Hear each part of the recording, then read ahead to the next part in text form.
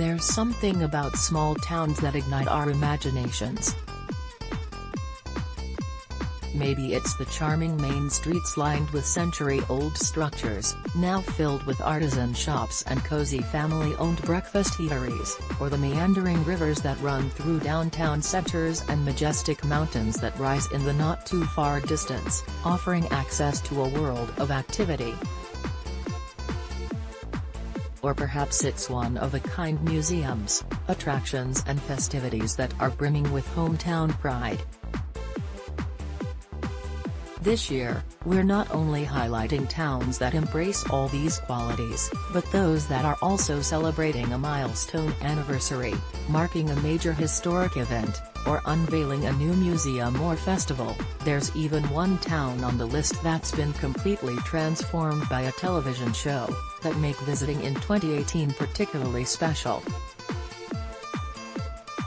As in the past, we've once again turned to geographical information company Esri to help sort through the country's many small towns, those with a population under 20,000. From there, we compiled a list of 20 that combine historic elements with distinct cultural offerings, natural beauty and everything from the country's oldest whitewater rafting festival to legendary pirate lore. Our 2018 list includes the Pennsylvania town that gave us Mr. Fred Rogers, a seaside hamlet that sits at the doorstep of Northern California's coastal redwoods, the tallest living trees on Earth, and an Idaho resort town that's been recognized for its clear night skies. Get ready to explore. Corning, New York, population, 10,925, Gaffer District, glassmaking demonstration, Molly Cagwin photography, the Corning Museum of Glass Campus, Corning Museum of Glass, Modern Glass Gallery, Corning Museum of Glass. The glass barge launched from Brooklyn this month and is on its way to Corning. Corning Museum of Glass, the Rockwell Museum, when what's now Corning Incorporated first relocated to this former lumber town in New York's southern Finger Lakes region 150 years ago, no one quite knew the impact one of the world's biggest glassmakers would have on its surroundings. Now the hands-on Corning Museum of Glass is celebrating the Crystal City's legacy with a summer's worth of activities. Their mobile glass barge, which sets out from Brooklyn, where the company originated, at the end of the month, will retrace the outfit's move, a century and a half ago, up the Hudson River, west along the Erie Canal and to Corning on September 22. It's the city's part in New York's larger Erie Canal bicentennial anniversary. Downtown's Gaffer District, Gaffer is another name for glassblower, is Corning's main hub, a 5-block walkable stretch of historic stone and brick buildings filled with antique stores, boutique and name-brand shops, and dozens of diverse bars and restaurants like the Step Back in Time Hand Plus Foot, where craft cocktails, creative sandwiches and board games are par for the course. The city's award-winning Centerway walking bridge doubles as a suspended park between the Gaffer District and the Glass Museum across downtown's Chemin River, and is just one of Corning's impressive cultural offerings. There's the Rockwell Museum, a Smithsonian affiliate housed within Corning's original City Hall building, which showcases the American experience through art, including a gallery devoted to Andy Warhol. Those interested in living history, and live blacksmith demos, should beeline for the heritage village of the southern Finger Lakes, with nearly a dozen buildings including an 1850s log cabin and a historic 1796 Benjamin Patterson Inn that capture what area life was like during the 19th century. Just outside of Corning, hikers have plenty to keep them satisfied with portions of both the 950-mile Finger Lakes Trail system and the overlapping Great Eastern long-distance trail nearby. The town sits on the cusp of three rivers, making it especially popular for kayaking and canoeing. The wineries for which New York's Finger Lakes region is known make for a sweet-a-prey adventure scene. Just a half-hour drive away in Hammondsport are Cellars Lake Drive. Constantine Frank, with its Riesling pours and spectacular views of Keuka Lake. Honopape, Hawaii, population, 2,638, Honopape Main Street, Hawaii Tourism Authority / Tor Johnson, Manawai-a-Puna Falls, Wikipedia, Honopape Swinging Bridge Sign, Hawaii Tourism Authority / Tor Johnson, Honopape Swinging Bridge, Flickr user Calamity_Sal, Dawn at Salt Pond Beach Park, Hawaii Tourism Authority / Tor Johnson, Glass Beach, Wikipedia, it's been 30 years since Steven Spielberg's epic blockbuster Jurassic Park first brought dinosaurs back to life on the big screen, but visitors to Kauai's Honopape, a town on the Hawaiian Islands' south shore, still can't get enough of one of the film's most recognizable features, the opening scene's towering Manawai-a-Puna Falls. Each action-packed sequel, like this June's Jurassic World: Fallen Kingdom, ignites renewed interest, though the only way to see these normally inaccessible 400-foot falls, they're located on private land, is by air. Not only does Island Helicopters offer prime views of the iconic attraction, it's also the only operator permitted to land at its base. Of course, Kauai's biggest little town, as the locals call it, is an attraction in itself, one with a history that includes immigrant entrepreneurism and its early 20th century years as a GI hub. Today the bulk of Honopape's original colorful and rustic nearly century-old wooden structures still stand, lending the bohemian village an authentic Old West vibe. Honopape, the name means crushed bay in Hawaiian, even served as inspiration for the Disney film, Lilo and Stitch. Restaurants run the gamut from traditional Hawaiian fare like huli huli chicken, grilled chicken marinated in a sweet pineapple, ginger and garlic sauce, to locally sourced Japanese-style cuisine, and there are plenty of shopping opportunities. Honopape is home to the westernmost bookstore in the United States, a Hawaiian spice company, and Banana Patch Studio, a treasure trove of hand-painted pottery, art cards and ceramic tiles all created by more than 20 artists in a former bakery and pool hall. In fact, Honopape is known as Kauai's art capital, something that it highlights each week during Friday Night Art Walk, when more than a dozen art galleries open their doors and offer visitors the chance to talk with local artists. For a fun thrill, take a walk across Honopape's precarious swinging bridge, then chow down on some of the best taro chips around from the town's Taro Coat Chips factory to ease your adrenaline rush. While area beaches are plentiful, Salt Pond Beach Park, named for traditional Hawaiian salt collecting ponds, man-made salt flats created for sea salt harvesting, is a must for its shallow snorkeling pools and reef-protected waters. Just outside of town near LA's Port Allen Harbor is Glass Beach, covered in millions of bits of colorful sea glass in shades of blue, amber and aqua. Dublin, Georgia, population, 16,100, Martin Luther King Jr. Monument Park, ExploreGeorgia.org, First African Baptist Church, ExploreGeorgia.org, a plaque at the First African Baptist Church, ExploreGeorgia.org, Theatre Dublin, ExploreGeorgia.org, Martin Luther King Jr. Monument Park, visit Dublin. It's been 50 years since shots rang out in Memphis, but the legacy of Martin Luther King Jr., continues to reverberate worldwide. This is especially true in Dublin, a central Georgia city midway between Savannah and Atlanta, where the future civil rights leader gave his first public speech at 15 years of age. King delivered the Negro and the Constitution, his submission to an oratorical contest sponsored by the Colored Elks Clubs of Georgia, at Dublin's First African Baptist Church, which is now part of its larger MLK Monument Park, with a colorful, interactive mural by Georgia artist Corey Barksdale and audio stops, including a young man reading King's submission, opened last year. The church is also part of the newly launched, self-guided Footsteps of Drive. Martin Luther King Jr.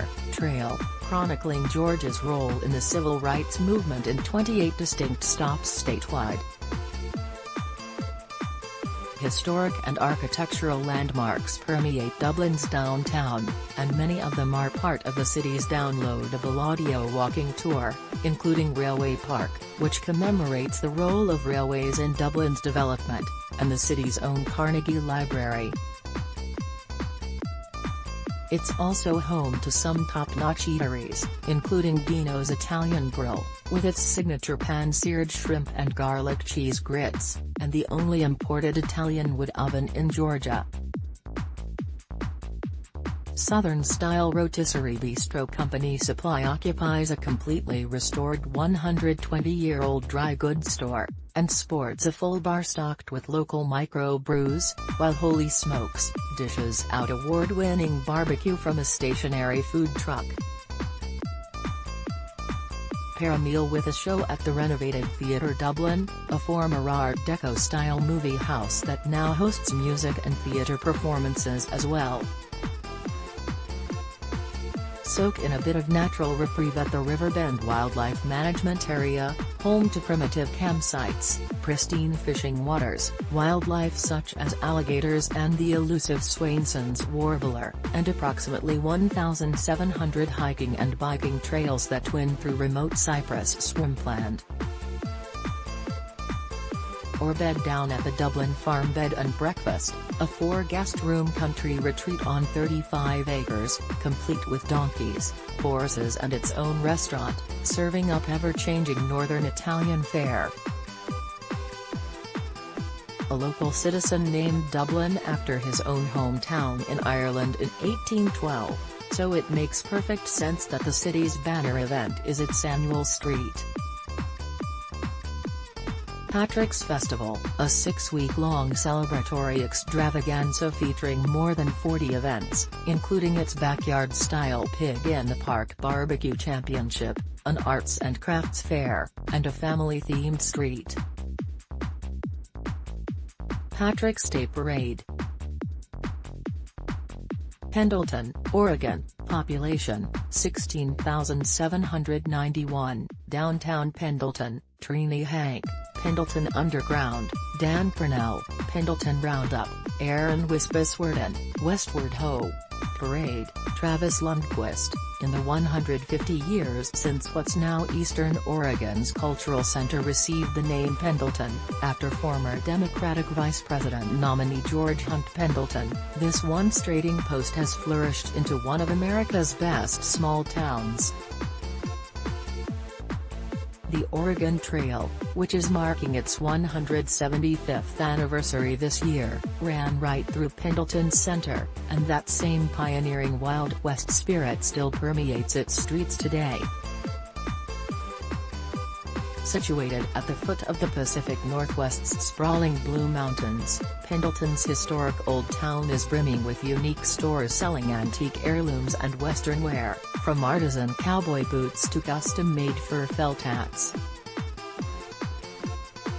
Shop for locally handcrafted beaded belts and fringe monsters, fringe-layered handbags, at 23+, and don't miss Pendleton Woolen Mills, the factory-turned-retail store where the world-famous wool blanket, shirt and coat manufacturer first took off. September's annual Pendleton Roundup is one of the town's most exhilarating events, a more than century-old, week-long rodeo that includes a dress-up parade, Native American teepee village and the Happy Canyon Night Show, a recurring pageant showcasing the American West's formation, from its original Native American inhabitants to the arrival of Europeans, and through the days of the Oregon Trail pioneers to its formation as a rip-roaring frontier town. The Pendleton Roundup and Happy Canyon Hall of Fame pays homage to both the rodeos and shows legendary and long-associated figures, such as local African-American cowboy George Fletcher, a fan favorite who was denied the 1911 Saddle Bronc title because of his skin color. Discover the history, culture and impact of pioneer settlers on the area's native peoples at the Tamust-Slip Cultural Institute, or embark on a subterranean tour beneath Pendleton's streets, where Chinese immigrants who'd come looking for work.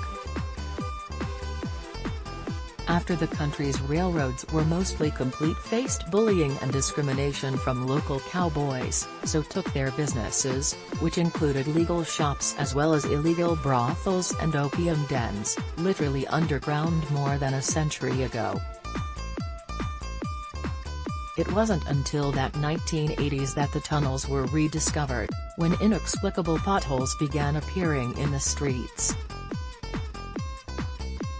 The Free Pendleton Center of the Arts is just one of the many stops along Pendleton's Charm Trail, a self-guided way to create your own charm bracelet while visiting antique stores, museums and restaurants throughout downtown. Pendleton River Parkway follows the Umatilla River in the heart of town, offering nearly 3 miles of flat walking trail, while the town's outskirts are bursting with options for cycling, hiking and camping.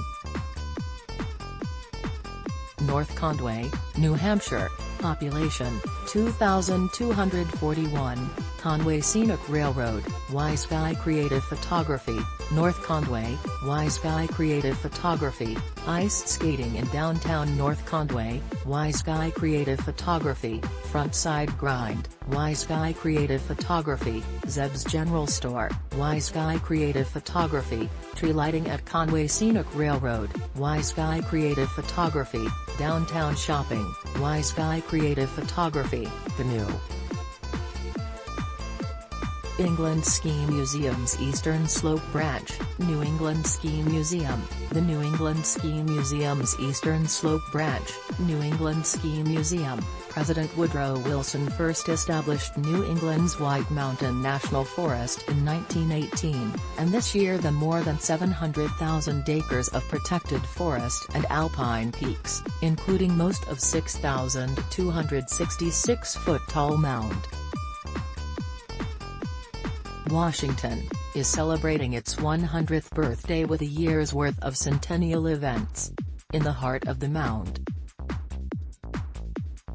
Washington Valley, North Conway makes the perfect hub for these festivities, especially since the picturesque village has a bevy of attractions all its own. Earlier this year, North Conway became home to the Eastern Slope branch of the New England Ski Museum, a new permanent gallery dedicated to the region's role in introducing skiing to the states.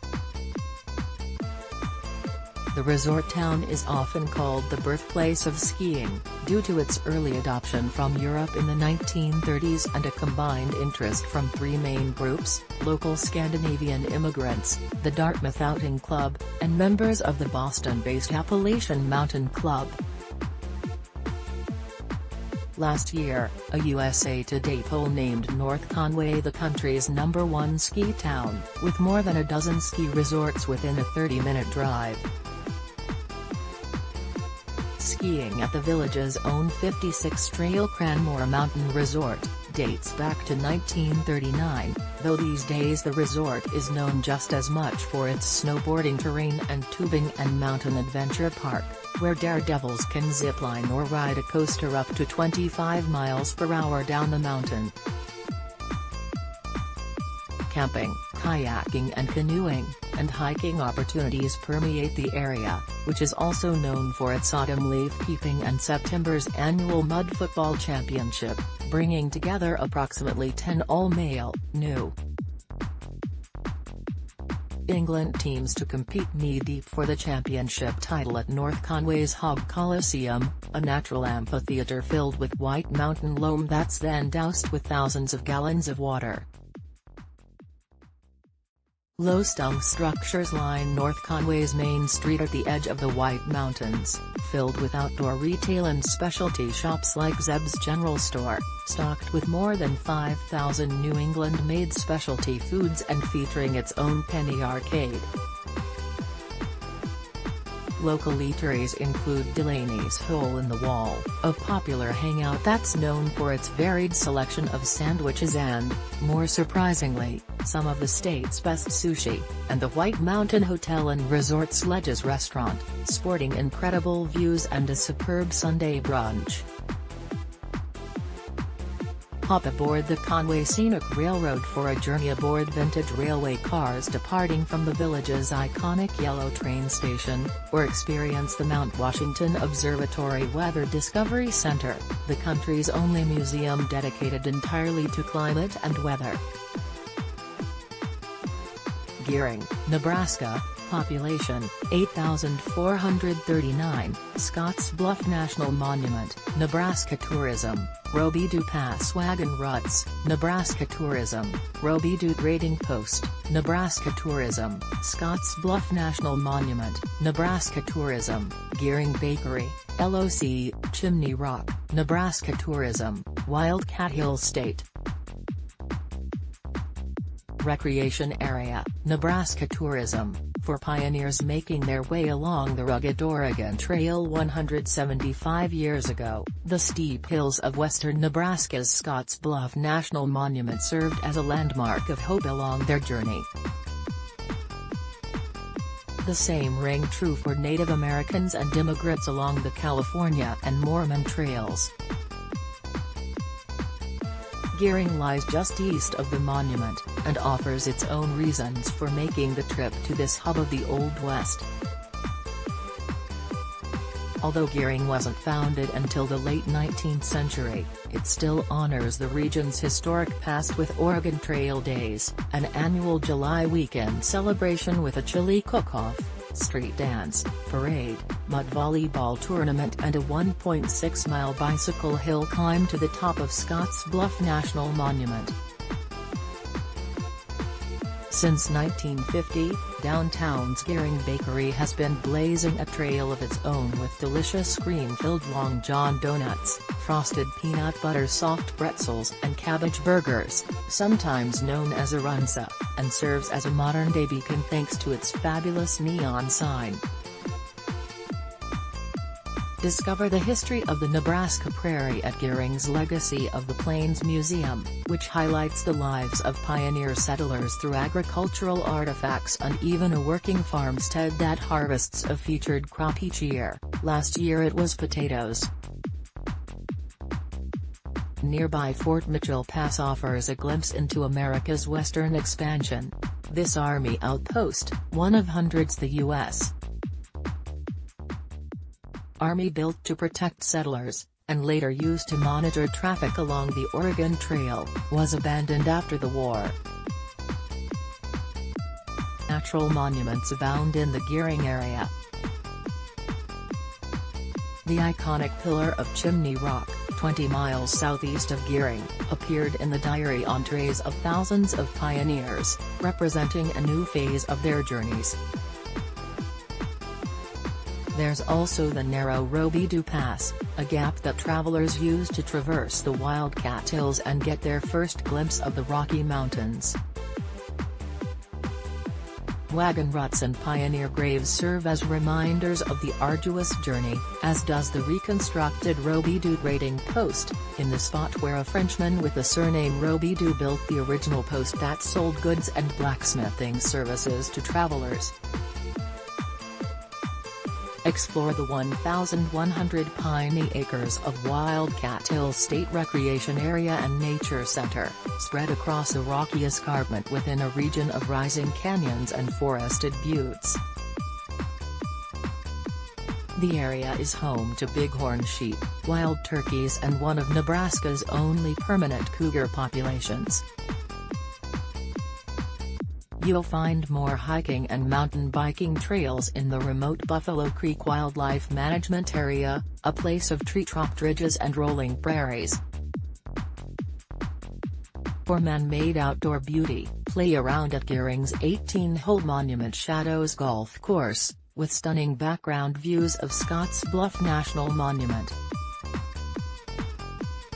Laurel, Mississippi, population, 18,355, downtown Laurel, Bethany Bird/Laurel Main Street, downtown Laurel, Bethany Bird/Laurel Main Street, The Night Butcher, Brooke Davis/Blackhorn Productions, Jerky at the Night Butcher, Blackbird Creative, Night Sugar Fudge, Brooke Davis/Blackhorn Productions, Laurel Mercantile, Aaron and Ben Napier from HGTV's hometown, Bethany.